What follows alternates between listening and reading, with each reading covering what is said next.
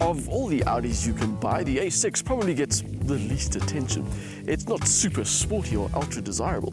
In fact, the Q5, which I consider quite a boring car, tends to get more attention than this one. But hopefully, the state of affairs will change now that Audi's launched a new A6. Before we get into those changes, I'd like to go on record saying that I like the A6. Which, based on my earlier comments, probably means I'm not the most exciting person you'll ever meet, but there we go.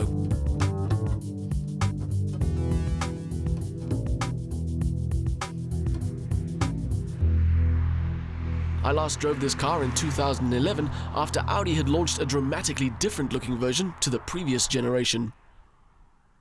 The changes to the new A6 are less dramatic than that. They basically cover new lights, a new grille and new bumpers. But the difference is more than the sum of those parts suggest. This car is exactly the same size or the same width and the same length as the old one, but it is sleeker and more stealthy. And very pretty, especially with the optional LED matrix lights, which are incredibly clever pieces of kit that automatically adjust the high beam to avoid blinding oncoming traffic. But at 38,000 Rand, they're also quite an expensive way not to blind oncoming traffic. Other changes to the A6 include new sills, tail lights and exhaust tips, and the whole effect, even in rental car white, is superb.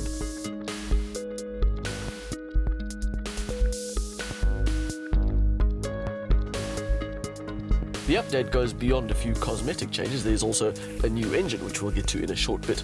And there's an updated interior, which at first glance is a bit of a disappointment because it is basically a cut and paste from the A7.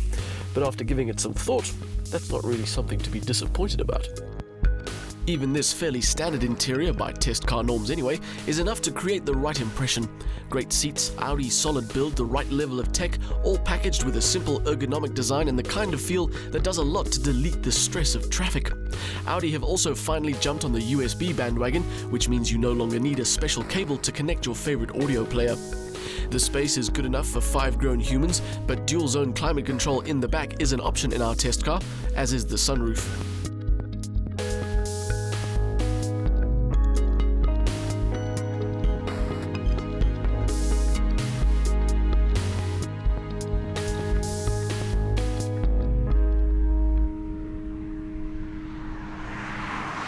Completing the update is a new motor. It's an 1800 turbo with 140 kilowatts, 320 newton meters.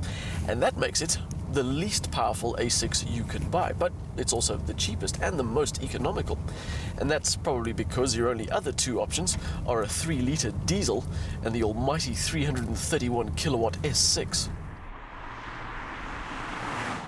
Audi will be bringing more models throughout the rest of the year, but right now, the only sane petrol choice in this moderately large car is the sub-2-litre 4-cylinder. But far from being something that has to be flogged to get any joy, Audi have very cleverly engineered this package to be surprisingly enjoyable. First of all, they made it light. This car weighs just over 1,500 kilograms, and that gives it a not too shabby power-to-weight ratio of 90 kilowatts per ton. Then they put all the torque right at the bottom end, so you get a lot of shove from just 1,400 RPM, and that makes the A6 feel effortless. The downside to that equation, of course, is that once you've passed around 4,000 RPM, the performance takes a bit of a dive. But for the average drive, it's got good power, confident handling, and a comfortable ride setup.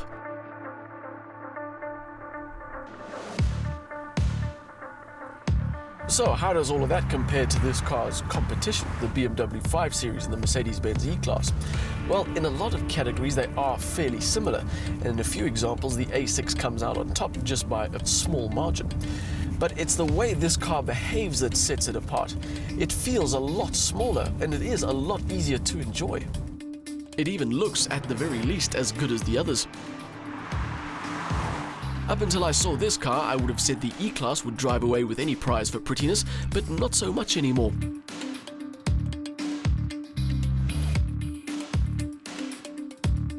Before, the A6 was a good choice that offered a decent alternative to those other two, but now, Without any options, it's no more expensive than the others. It has the smallest engine with the most power and the most torque. But rather than specific things you can point to on a spec sheet, it's the interior setup and the drive of the A6 that makes it the best car in its class at the price.